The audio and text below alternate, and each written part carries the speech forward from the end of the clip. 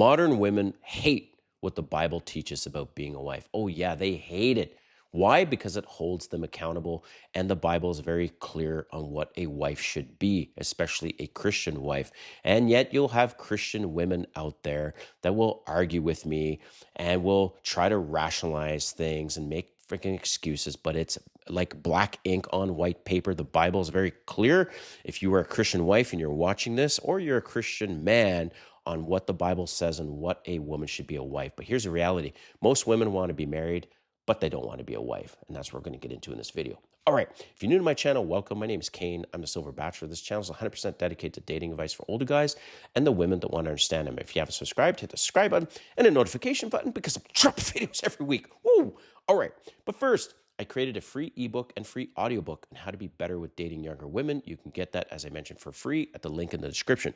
I also offer one-on-one video call coaching if you want to level up your dating game, dating apps, be better at cold approach, or in general discussion around your marriage that you have now, your dating, how you can be better at that, and all those things. But don't want to ramble on about that because you know where to find me and you can see everything from the link. All right, let's get into this video. So I want to do this video because I've seen Matt Walsh, who's a Christian political commentator, many times talk about marriage and giving marriage advice and things like that, right?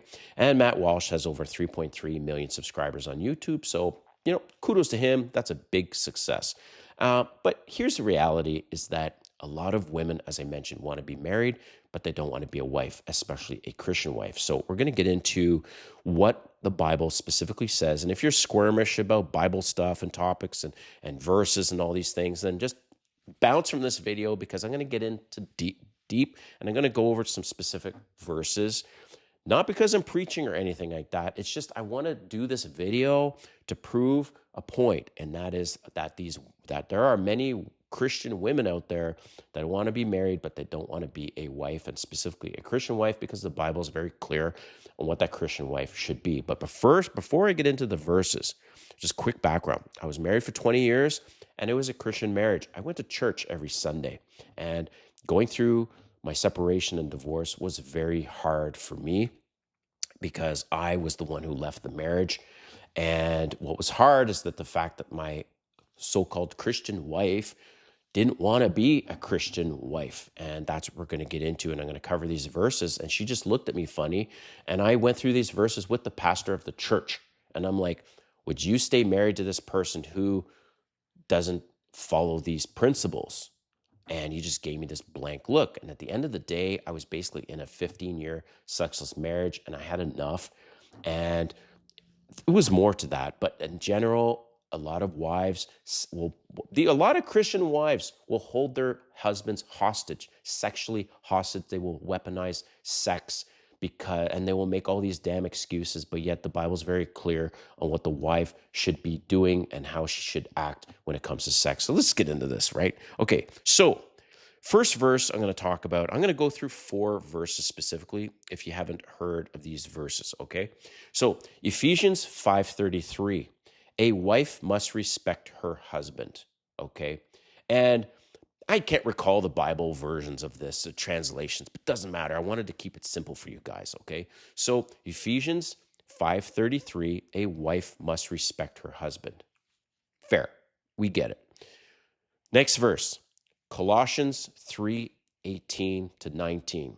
Wives, submit to your husbands. What does submission mean? It doesn't mean they're to be abused and all these things. No, it means let your damn husband lead.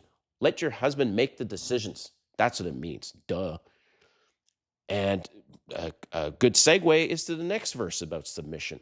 1 Peter 3, verse 1 to 6. Submit to your husband. Okay.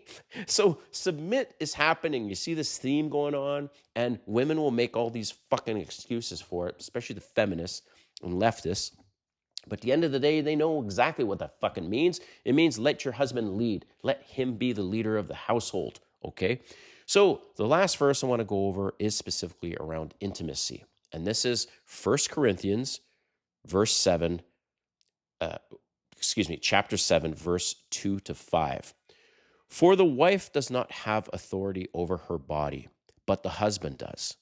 Likewise, the husband does not have authority over his body, but the wife does.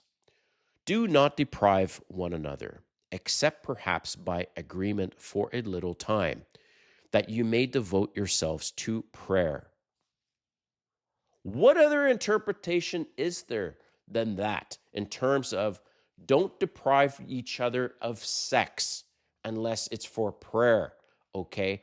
But yet you have so many husbands in these Christian marriages, sexless marriages, where the wives are weaponizing sex and the wives are depriving the husband, and they have these fucking excuses all the time.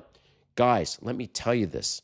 If you are in a sexless relationship or a sexless marriage, it's over. There's nothing you can do.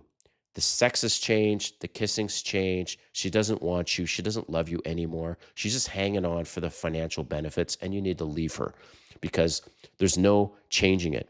Unless she agrees to something that's an open relationship for convenience, a marriage of convenience, which in a lot of wealthy families, that's exactly what happens. The guy's not getting the sex that he wants. He's got options, and he goes, look, this isn't working for me. We got two choices. One, divorce, and this is what you're going to lose. Or two, we stay married, and I'm banging other women on the side. You down? What's going on here? And so that's what you guys need to do, because if you don't have peace and you don't have freedom, you need to pay the price. And that's actually the number one reason why men stay in sexless marriages. They don't want to pay the price. And the price is heavy. You could lose custody of your kids. You could lose assets. You could lose money. You might have to settle at a court, whatever it is. There's a price, but men don't want to pay the price. And I'm telling you guys, it's worth the fucking price for your freedom and your peace, if that's what you want to do. If you're like, you know what, I'm out. Or you can, like I said, have a discussion with her on having an open relationship and having sex when you need it with somebody else.